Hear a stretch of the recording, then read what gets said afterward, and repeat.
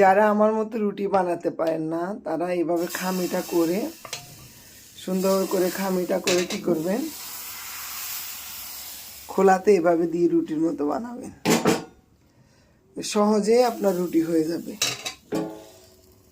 মানে পিড়া বেলুন এগুলার কোনো ঝামেলা নেই। দেখেন এত সুন্দর রুটিটা হবে যদি খামিটা এভাবে করে নেন।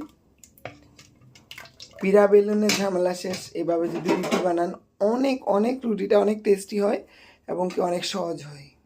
এই যে দেখেন উল্টা দিলাম রুটিটা, এটা একদম মেলা চিতের মতো মনে হচ্ছে, সফট, এত সফট খেতে, রুটি চেতে এটা অনেক অনেক খেতে সুস্বাদু।